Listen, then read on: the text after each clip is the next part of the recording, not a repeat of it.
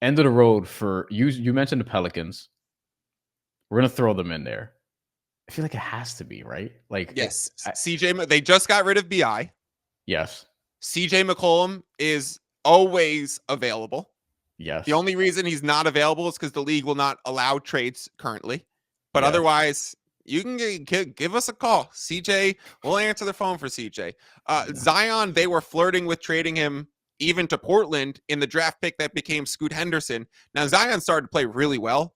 So it's like, and he's the one saying, I'm healthy enough to play back-to-backs. I think New Orleans goes another full season with Zion and gives it one more chance. I think so But too. DeJounte Murray coming off of an Achilles, it's tough sledding for that team. Like Trey Murphy's amazing. Herb Jones already done for the season. So Yeah. I wonder if this is a end of the road for Willie Green type of season. And then I'd look at, the CJ, BI, DeJounte, Zion pairing that we were envisioning for this team that completely blew up this year because they were never healthy at the same time. I don't ever think we really see it. Misi's interesting. Herb Jones, hopefully he can get back healthy. Only played 20 games this year, which is very unfortunate. I don't know if Jose Alvarado's a long-term piece there. I think he is going to be a useful role player, but probably somewhere else. Yep. Jordan Hawkins, I don't really know what to make of his development. I expect a little bit more this year. He's very wildly inefficient this year. There's just a lot going on. I think the one revelation though, it's like, oh, Trey Murphy. I mean, could you build an offense around him? Best player on the team. Best player on the team. 1000% agree. This is they're going to need to shake things up in a pretty dramatic way over the next year and change. I do wonder because you mentioned Zion. You think that they run it back one more year, and look, contractually it makes sense because his contract does have outs. Yep. He does have some trade value, but I feel like you may want to rebuild some of it. It wouldn't shock me though if this summer we continue hearing a bunch of Zion noise. I just don't know I don't even know what that looks like. Does a team overpay for him or does he quietly get moved for not pennies on the dollar, but some equivalent to that is what I wonder. Yeah. A Joel Embiid for a Zion trade. I'm joking, but to get off that Embiid contract, I had you for a second there. I don't think New Orleans trades Zion. I think they hold Zion because if you looked at their win total before the season, they were projected to be an above 500 team, right? They were kind of priced as this team might be sneaky dangerous, even though they didn't have a center at the time. And it was how are they going to fill out the roster? But they have a bunch of talent. So maybe the talent can float them for a little bit. It never came through for them. So I do think they start next season, thinking, let's try and be back end playoff play-in team, and let's try and be an above 500. If they're not, if they're floating and they're the Spurs next season, Zion will be traded at the deadline. So that's why they're end of the road. I don't think we're going to see Zion play in a playoffs for the Pelicans. Comments, questions, super chats are welcome. Don't forget to like and subscribe if you're watching this. And we do this basically every week on here. Okay. You broke my brain with the Zion for Joel Embiid one. I've been thinking about that trade since you said it. Another man's trash is another man's treasure. Who says no? Probably Philly, right? Philly. Yeah. But would you rather have Zion? I think I'd rather have Zion's contract. Oh, for sure. That's undebatable at this point. No, I'm still a believer in Joe. He is so good at basketball. And he's had so many freak fluke injuries in the playoffs at the worst moments. Yeah. So I'm going to hold out hope that this was a disaster season. I'm even going to hold out hope on Paul George that I'm going to, if everyone isn't injured, maybe, can we make that a category for the 76ers? Can we put them in the, if everyone is injured, maybe, but we'll consider them if everyone isn't injured, maybe?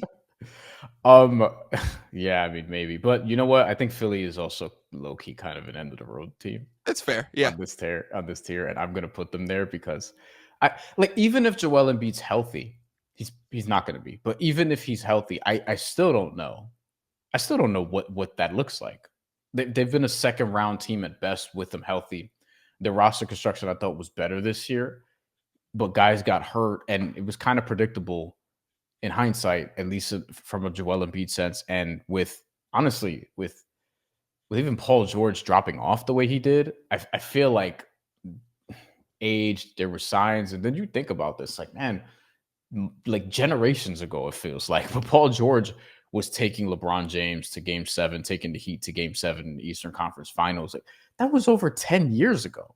Like, it's very hard to sustainably be like one of the best two-way players in the league. So that drop off is it shouldn't have been that like unforeseen, I guess, in hindsight. I have one more end of the road team. The specific team that I thought of when making this category, that is the Phoenix Suns. I think they have to be here. I think they absolutely have to be here. Even though they're technically like still in the playoff mix, whereas Philly has dropped out, New Orleans has dropped out. Phoenix has to be here. Don't they? Yep. I call them the Phoenix Buns. I give like a little whenever I want to bet on them. New Yorker, I appreciate that. because I bet on them way too often. Yeah, I'll be honest. I bet against because I'm a market more now. reader, and so I just make a joke every time I'm betting. Like it's like an infomercial. Like, do you want to gain CLV and ultimately lose a bet? Let me introduce you to the Phoenix Suns. They're the most frustrating team. They're not even fun to watch. It's tough sledding for them.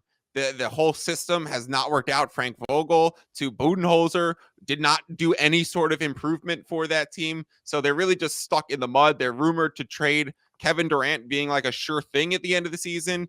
They're now getting word that Devin Booker, they'd want 3 to 4 first-round picks and a young asset. Mm-hmm. Whenever you got these rumors coming out, like already price gauging and valuing your superstars, that's when you're nearing the end of the road, Brian. So I think they're obviously there, but I have like at least one other end of the road team for sure.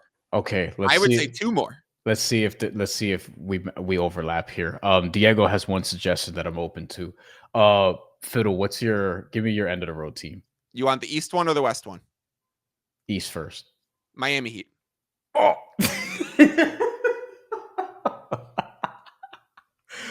Okay. End of the road in what sense? That they will not get further than where they are now. They've been there before. They got rid of Jimmy.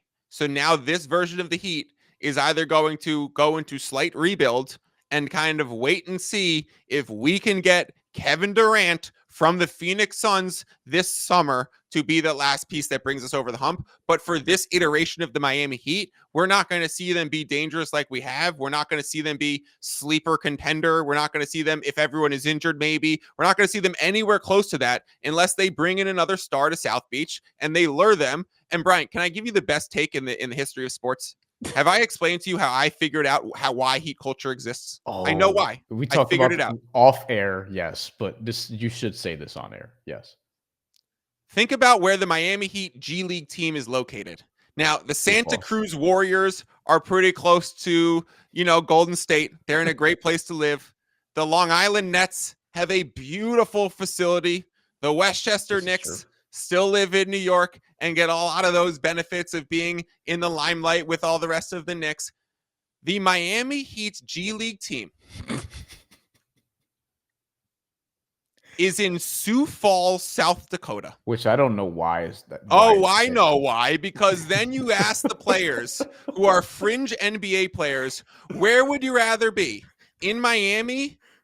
At the Miami Heat private practice facility with private chefs, private planes, no state income tax, all the baddies in the world? Or would you rather be on coach buses going around Sioux Falls, South Dakota and trying to grind your way back into the league? That's why Haywood Highsmith. That's why Hassan Whiteside. That's why these fringe guys who go to Miami stay in the league, because once they get sent to the G League team and they're cruising around Sioux Falls and you realize how different it is than South Beach, you don't want to go to the club. The club will be waiting for you in the offseason. So how come none of the Miami Heat players get in trouble? Because they found the guys that are fringe NBA players that they can develop with Heat culture by, the tipping scale of what it's like to live in Miami on an NBA contract or in Sioux Falls, South Dakota on a G League contract. And I apologize to anyone listening who might be in Sioux Falls. I forget that not interested in visiting. I forgot that Hassan Whiteside was actually there for a stint before the Heat eventually, or he might have already been with the Heat actually. 7 games in 2012, 2013, and another one later on, just as a rehab assignment, so to speak. I agree with this ultimately because I do think the plan quote unquote, is just do whatever they can this year and then try to get Kevin Durant, which I think has been like a 10-year pursuit, but I think they'll be able to do it just because I mean they'll be able to be competitive. Like they'll feel the competitive offer, or they'll give a competitive offer. I don't know if they'll ultimately be like the team because there's some buzz about Houston who we'll get to later, but I agree. Miami should be end of the road team. The Western Conference team, I feel like this has to be the Kings or the Clippers. It's the Kings. Yes, for sure. Kings. I agree. I don't think we need to. They just got rid of Fox, and now Sabonis is questioning the direction of the franchise. And they fired Mike Brown, and they brought in Doug Christie. Is he going to stay? Is he an interim coach? Like Zach LaVine, a lot up in the air. Yeah, exactly. So, end of the road for that iteration of Light the Beam squad. That was a very fun squad. I think everyone else here could advance.